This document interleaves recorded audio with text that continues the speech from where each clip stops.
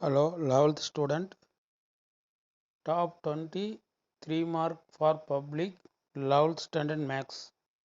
3 mark question, top 20 question பார்க்க போகிறோம். Question and ஆன்சரோட இருக்குது. இது நல்ல டீட்டெயிலாக ஒர்க் அவுட் பண்ணி பாருங்கள்.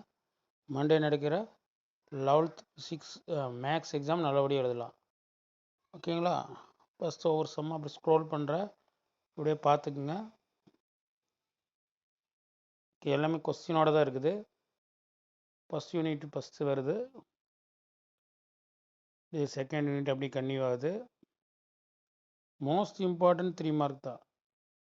ஓகேங்களா? நீங்கள் கவலைப்பட தேவையில்லை. இதில் இருக்கிற 3 மார்க் கன்ஃபார்மாக வந்துடலாம். வரக்கு வாய்ப்பு அதிகமாக இருக்குது. ரிப்பீட்டடாக இதில் இருக்கிற 3 மார்க் தான் கேட்டுக்கிறேன். நான் கொடுத்துருக்க பிடிஎஃபில் இருக்கிற 3 மார்க்கு அப்படியே ஸ்க்ரோல் பண்ணுறேன். கொஸ்டின் நோட் பண்ணி வச்சுக்கோங்க. இதில் என்ன ஸ்க்ரீன்ஷாட் எடுத்து வச்சுக்கோங்க. முடிஞ்சால் பிடிஎஃப்பை நான் டிஸ்கிரிப்ஷனில் கொடுக்குறேன். டைம் இருந்தால் நான் கொடுத்துருவேன். ஓகே, அடுத்தடுத்த கிளாஸ் நான் பார்க்குறனால உங்களுக்கு குயிக்காக அப்லோட் பண்ணிடுறேன். ஓகே, அப்படியே இப்போ 46 கொஸ்டின் வந்திருக்கோம். 47 அப்படியே ஆன்சர் அப்படியே பார்த்துட்டே வரலாம். ஓகே, டோட்டலில் 37 பேஜஸ் இருக்குது. அப்படியே ஸ்க்ரோல் பண்ணி பார்த்துட்டே வரலாம். பாருங்கள். ஓகே, டயக்ராம் கொஸ்டின் இருக்குது. பாருங்கள், கிராஃப் போட வேண்டியதுக்கு கிராஃப் போடணும்.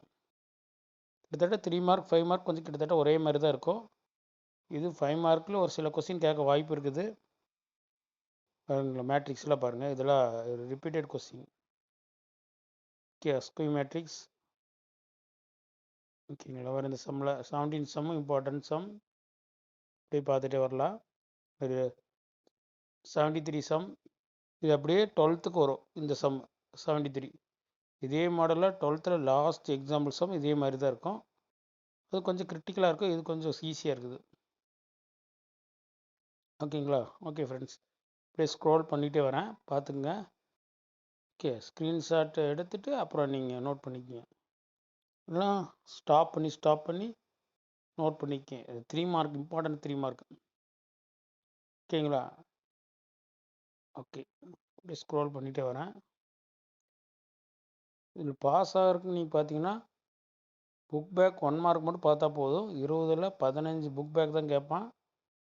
மீதி 25 மார்க்கு நீங்கள் 5 மார்க்கு 3 மார்க் இதெல்லாம் பார்த்துக்குங்க.